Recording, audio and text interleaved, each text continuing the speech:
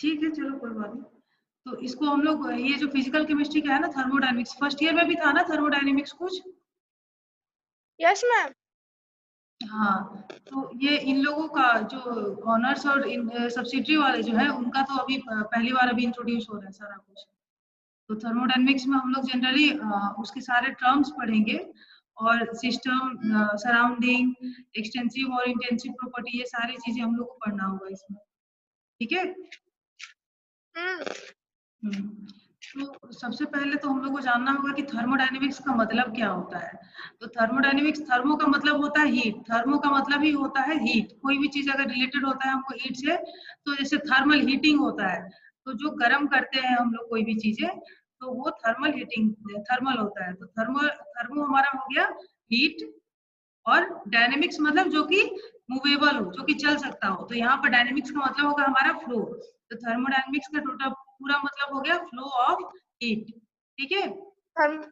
हाँ, it deals with the energy change accompanying all the physical and chemical processes। जितने भी physical और chemical process होते हैं उसमें जब एनर्जी चेंज होता है हमारा, तो वो सारी चीजें हम लोग थर्मोडायनेमिक्स में स्टडी करते हैं। और इसके थर्मोडायनेमिक्स का इम्पोर्टेंस और उसके कुछ लिमिटेशंस भी बता देते हैं हम, ठीक है? लग रहा है कि प्रिया प्रिया ज्वाइन नहीं कर पा रही है। अभी आई, उसमें नहीं होगा। आई कोई आई, ज्वाइन कर लेने दो। कौन है? हाँ प्रिया, वही है क्या?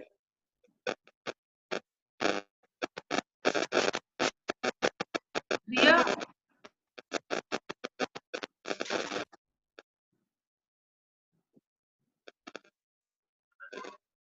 हेलो,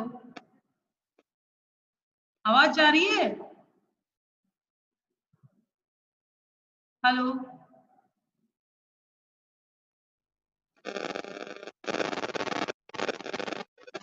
आवाज जा रही है मेरी?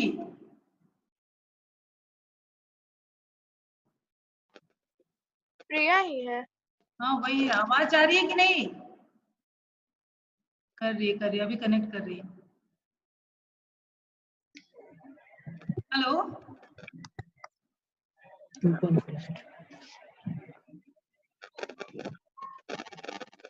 हेलो, आवाज जा रही है मेरी प्रिया? Yes ma'am. अच्छा चलो ठीक है। अब आने लगी। हाँ ठीक है ठीक है ठीक है। चलो, तो ये जो तुम लोग का तुम लोग में भी थर्मोडायनेमिक्स पढ़ना है इस बार सारा, ठीक है? Okay ma'am. हाँ, तो थर्मोडायनेमिक्स में जो बेसिक टर्म्स और डिफिनेशंस ये सारे हैं, और सिस्टम, सराउंडिंग, इन सारी चीजों का वो सब कुछ पढ़ना है तुम लोगों को इस बार, ठीक है ना? Okay ma'am. हाँ, तो थर्मोडायनेमिक्स से सबसे पहले हमने मतलब बताया कि थर्मो का मतलब कोई भी चीज होता है हीट से रिलेटेड होता है, तो उसको हम लोग थर्मो बोलते हैं। और डायनेमिक्स मतलब कि जो चीज चलता हो, स्टैटिक ना हो, जो कि मूवेबल हो। तो इसलिए हम लोग थर्मोडायनेमिक्स को एक उसको मतलब निकालते हैं फ्लो ऑफ हीट। जब हीट का आदान प्रदान कहीं होता है तो हम लोग उसको कहते हैं, उस सारी स्टडी को हम लोग थर्मोडायनेमिक्स में पढ़ते हैं, ठीक है? और हमारे जो थर्मोडायनेमिक्स में जनरली दो तरह के लॉ होते हैं, first law and second law. वो सारी चीजें तुम लोगों को भी पढ़ना है इस बार, ठीक है ना? कुछ लिमिटेशंस होते हैं और कुछ इसके यूजेज होते हैं। थर्मोडायनेमिक्स के कुछ लिमिटेशंस भी है, कुछ यूजेज भी है, जो कि हम तुम लोग को भी बता देते हैं। जैसे कि मान लो कि हमको मैम वो फिजिक्स फर्स्ट ईयर में इम्पोर्टेंस पढ़े थे हम लोग ना, फर्स्ट ईयर में किए तुम लोग थे। का, हाँ तुम लोग का था, लेकिन इन लोगों का कुछ नहीं था। यानी फर्स्ट ईयर में वो सब किए थे, और सिस्टम, सराउंडिंग, आइसोलेटेड, ये सब था। हाँ प्रिया, में किए थे। हो गया था सारा। इस बार भी है, सेकेंड ईयर में है थर्मोडायनेमिक्स। फिजिक्स में था। अच्छा नहीं, तो फिजिक्स वाला नहीं है, केमिस्ट्री का है। प्रिया, अब वो जब मैम लिखवा रही थी इम्पोर्टेंस ऑफ थर्मोडायनेमिक्स का, तो वो तुम भी की थी ना उस टाइम? हाँ किए थे। देखिए मैम की है। अच्छा, इन लोग का भी तो फिर फर्स्ट ईयर में नहीं था, सेकंड ईयर में है मुझे लग रहा है कि इस बार, क्योंकि मैंने सिलेबस में देखना, चेक करना तुम लोग ये टाइम ही पढ़ लिए है ना? चलो कोई बात नहीं, रिवीजन हो जाएगा, उसके बाद सेकंड लॉ थर्ड लॉ में जाएंगे हम लोग, ठीक है ना। हाँ, तो थर्मोडायनेमिक्स जो होता है हमारा, सबसे पहले तो उसका इंपॉर्टेंस क्या होता है, वो हमको हेल्प करता है कि कोई भी रिएक्शन फिजिबल है कि नहीं है, कोई भी रिएक्शन प्रोसीड कर सकता है कि नहीं कर सकता, थर्मोडायनेमिक्स हम लोग को क्लियर करता है, ठीक है। तो ये हमारा क्या होता है, criteria for predicting the feasibility of spontaneity of a process, वो हमको बताता है कि कोई भी रिएक्शन स्पॉन्टेनियस है कि नहीं है, ठीक है, वो हमें बताता है। It helps to predict whether a given process or a chemical reaction is feasible under a given temperature, pressure and concentration. किसी पार्टिकुलर हमारा कंडीशन पर कोई भी रिएक्शन फिजिबल हो जाएगा कि नहीं जाएगा, ये हमें थर्मोडायनेमिक्स से पता चलता है, ठीक है। दूसरा चीज, इसका लिमिटेशन क्या होता है, लिमिटेशन क्या होता है, पढ़े थे सारे, हाँ याद है, कुछ याद है, एग्जाम देंगे, याद नहीं है, याद नहीं है ना, अभी तक तो याद एग्जाम दिए खत्म हो गया उसका काम। नहीं ऐसा नहीं है, याद हो जाएगा, पढ़ लेंगे तो याद हो जाता है, ये बात सही है। तो लिमिटेशन होता है कि हम लोग ये पता कर सकते हैं कि कोई रिएक्शन जाएगा कि नहीं जाएगा, लेकिन हम लोग ये नहीं पता कर सकते कि किस स्पीड से रिएक्शन जाएगा, रिएक्शन फास्ट होगा कि स्लो होगा, हम लोग नहीं बता सकते इसमें, ठीक है। लिमिटेशन में थर्मोडायनेमिक्स में, हाँ, लिमिटेशन ऑफ जो थर्मोडायनेमिक्स है हमारा, हम लोग क्या है, thermodynamics can predict only whether a given process including a chemical reaction is feasible under a given set of condition. It does not tell, ये देखो, it does not tell anything about the rate at which a given process may proceed. इस rate से कोई reaction जाएगा ये हमें thermodynamics नहीं बता सकता है, इसके लिए हमको काइनेटिक्स में जाना पड़ेगा, केमिकल काइनेटिक्स जब चैप्टर आता है, ठीक है ना, ये हम लोग को ये नहीं पता, it does not tell anything about the rate at which a given process may proceed, वो केवल हमको बताएगा कि कोई रिएक्शन जाएगा कि नहीं जाएगा, लेकिन उसका स्पीड ये नहीं बता सकता है, थर्मोडायनेमिक्स से हम लोग कैलकुलेट नहीं कर सकते हैं, ठीक है। ओके, हाँ, जैसा कि एग्जांपल हमने दिया है कि हाइड्रोजन और ऑक्सीजन मिल करके तुमको लिक्विड वाटर देता है, हाइड्रोजन एंड ऑक्सीजन मिल करके क्या देता है, पानी बनाता है, but it does not tell whether the reaction will be fast और स्लो, रिएक्शन हमारा फास्ट होगा कि स्लो होगा ये हमें नहीं पता होता है, ठीक है।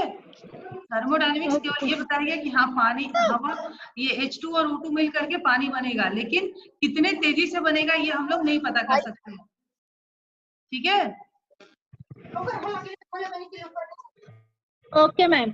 हाँ, फिर इसके बाद कुछ बेसिक टर्म्स आते हैं, जैसे सिस्टम है हमारा, जो पिछले बार भी हम लोग किए थे, सिस्टम क्या होता है, Define a specific matter which we separate from the rest. जो matter of study which separated from the rest. हाँ, जिस चीज की हम लोग स्टडी करते हैं, जिस चीज की स्टडी करते हैं उसको हम लोग सिस्टम कहते हैं, और बाकी के जो चीजें उसके बाहर की है वो हमारी सराउंडिंग हो जाएगी, ठीक है। हेलो, एक या दो और सब्सटेंस से जो मिक्स रहेगा। हाँ, मान लो अगर हम सॉल्यूट को डिसॉल्व करते हैं किसी चीज में, तो जो सॉल्यूट हमारा है वो हमारा सिस्टम होगा, और बाकी जिसमें उसकी सराउंडिंग जो एयर है, वाटर है, और जो सारी चीजें होती है वो हमारी सराउंडिंग होती है। और जिस सॉल्यूट को, मान लो कॉपर सल्फेट को हम लोग डिसॉल्व करना है, तो जो कॉपर सल्फेट हमने सॉल्यूशन में जाएगा वो हमारा केवल सिस्टम होगा, बाकी का प्रेशर, टेम्परेचर और सब जो चीजें होंगी वो हमारे क्या होंगे, सराउंडिंग, बॉन्डिंग, सराउंडिंग, बाकी सारी चीजें सराउंडिंग होगी। एक मिनट रुको, अभी निकलो, जल्दी निकलो, जल्दी निकलो, बाहर निकलो।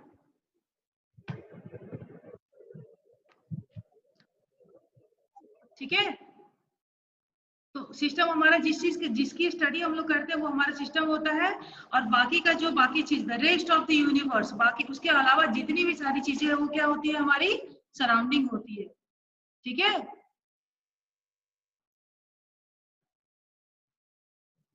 हेलो हेलो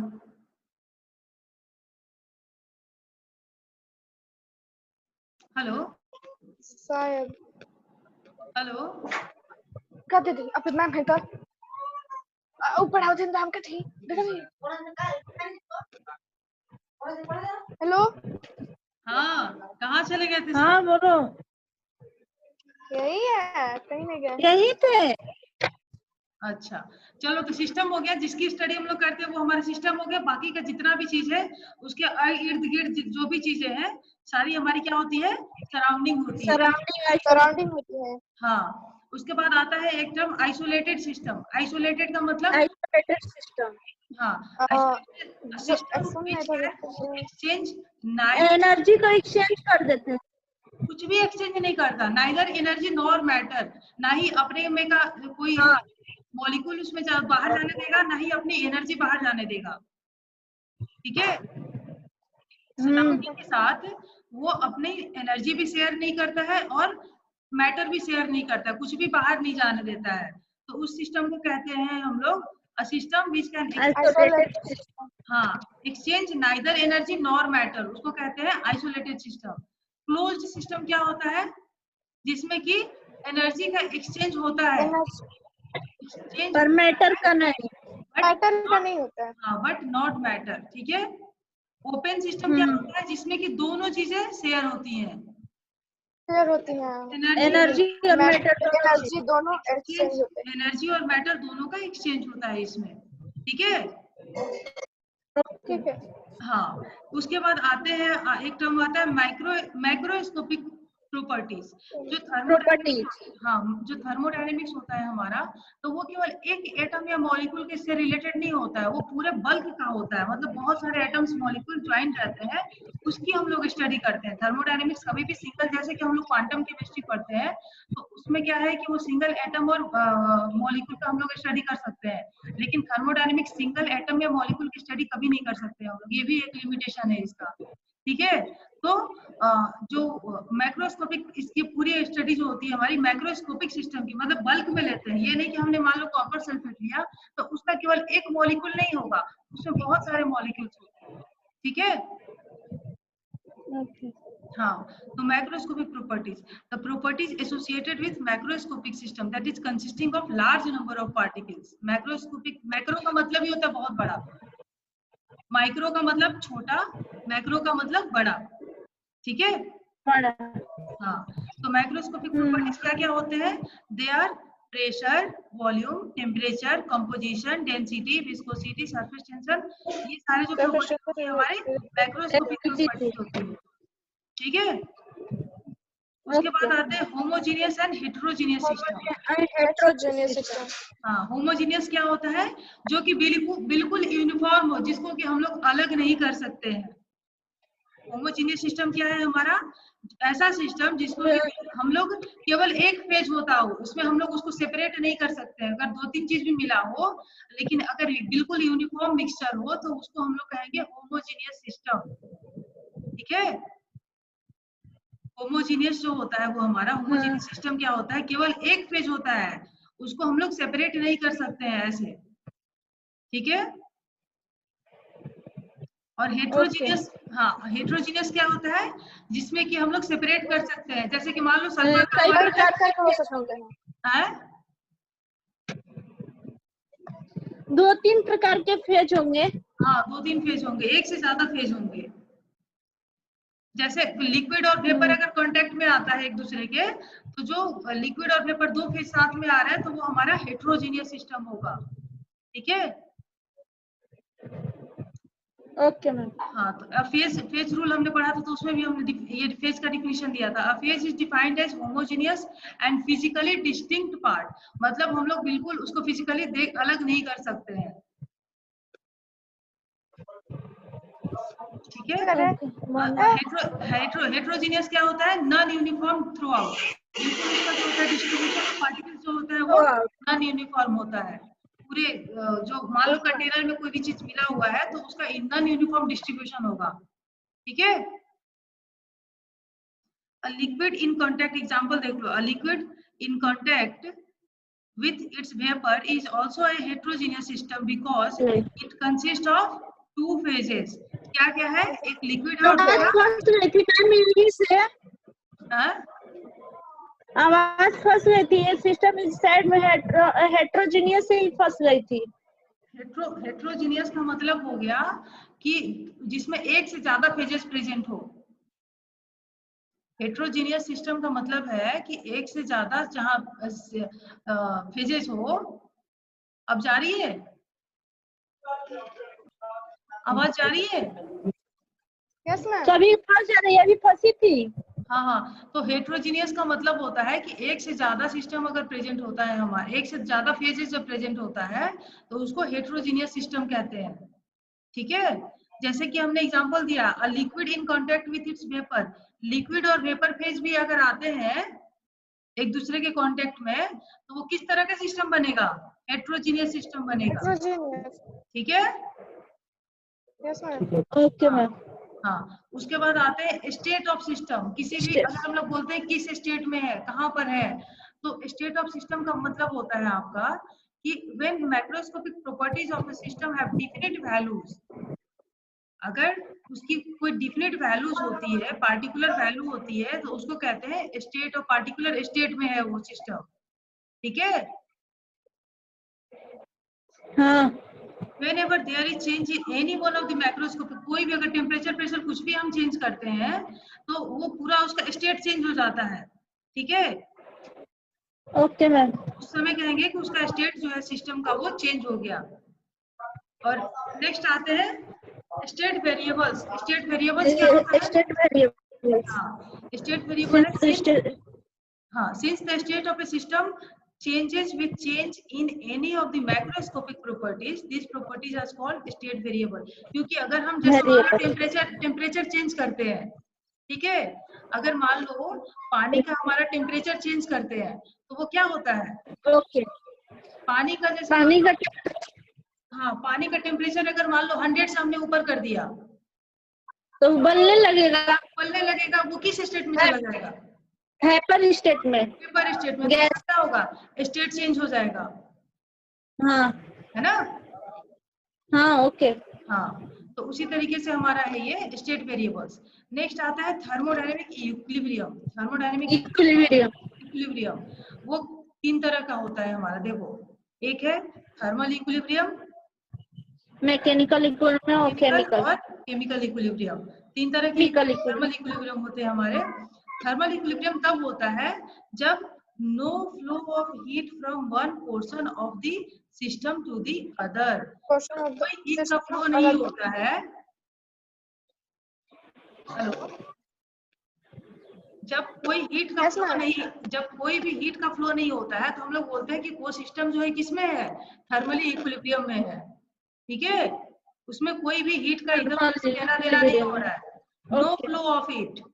ठीक है, ठीक है, ओके मैम। हाँ, उसके बाद आते हैं मैकेनिकल इक्विलिब्रियम। मैकेनिकल इक्विलिब्रियम क्या होता है?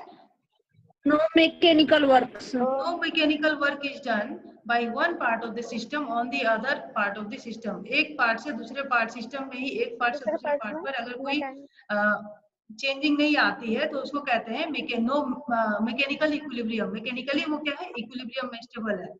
ठीक है, this is possible if the pressure remains the same through out. अगर हमारा प्रेशर हर जगह समान होगा, एक जैसा होगा, तो कोई भी सिस्टम का एक पार्ट दूसरे पर प्रेशर अलग से नहीं लगा सकता है। जितना है वो हमेशा एक जैसा इक्विलिब्रियम में रहेगा। ठीक है, तो इसको कहते हैं मैकेनिकल इक्विलिब्रियम। और केमिकल इक्विलिब्रियम हम लोग जैसे जानते हैं कि कंपोजिशन पर डिपेंड करता है हमारा। A system is said to be chemical equilibrium if composition of the various phases in the system remains the same throughout। composition अगर सेम रहता है, हाँ, अगर कंपोजिशन जो है सिस्टम का हमेशा सेम रहता है तो उसको बोलते हैं कि वो केमिकली इक्विलिब्रियम में है। ठीक है, ओके। अब एक्सटेंसिव एंड इंटेंसिव। हाँ, एक्सटेंसिव ये भी हमने पिछले साल कराया था तब, है ना? हाँ, एक्सटेंसिव प्रॉपर्टी क्या होता है? Which depends upon the amount of तो सब्सटेंस, कितना अपने सामान अमाउंट है के हमारे ऊपर पास, डिपेंड करता है। कितना किलो का सामान है हमारे पास। अगर वैसे प्रॉपर्टीज जो कि हमारे अमाउंट पर डिपेंड करता है, सिस्टम के अमाउंट पर डिपेंड करता है, उसको कहते हैं एक्सटेंसिव प्रॉपर्टी। क्या बोलते हैं? Extensive property. जैसे कि मास है, मास हो गया, वॉल्यूम हो गया, एनर्जी हो गया, ये सारे क्या है? हो गया, एनर्जी हो गया, हाँ, तो ये सारे हमारे एक्सटेंसिव ये प्रॉपर्टी सब है, एक्सटेंसिव प्रॉपर्टीज है। क्योंकि उसके वेट पर डिपेंड करता है। मास जो है हमारा वेट पर डिपेंड करता है कि कितना है किसी का सामान। कोई भी सिस्टम जो है कितना है हमारा, उस पर डिपेंड करता है कि मास अगर थोड़ा सा तुम्हारे पास है तो लाइटर हो जाएगा, फास्ट कैरी कर जाएगा, है ना। तो ये सारे क्या है हमारे एक्सटेंसिव प्रॉपर्टीज है। इंटेंसिव क्या होता है? इंटेंसिव प्रॉपर्टीज इंडिपेंडेंट मास पर डिपेंड नहीं करेगा, करता है, independent of amount of substance, जैसे कि temperature, pressure, density, viscosity, sensitive, viscosity, refractive reflective index, index, specific acidic heat. हाँ, तो ये सारी चीजें जो है वो किस तरह की प्रॉपर्टी है किसी सिस्टम का? इंटेंसिव प्रॉपर्टी है, इंटेंसिव प्रॉपर्टी। ठीक है। ये सारी प्रॉपर्टी जो है हमारी इंटेंसिव प्रॉपर्टी है।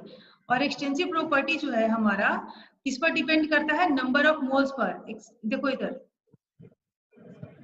Extensive properties of a single substance will depend upon number of mole, कितना हमने लिया है सब्सटेंस। एक्सटेंसिव प्रॉपर्टी उसके मास पर डिपेंड कर रहा है, तो मास का मतलब क्या है कि कितना हमने अमाउंट में लिया है, ठीक है।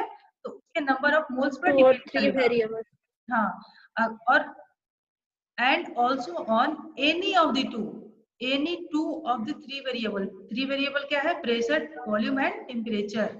Volume and temperature. हाँ, इसमें से कोई भी अगर एक वैरी करता है तो हमारा जो n की वैल्यू होगी वो वैरी करेगी, ठीक है।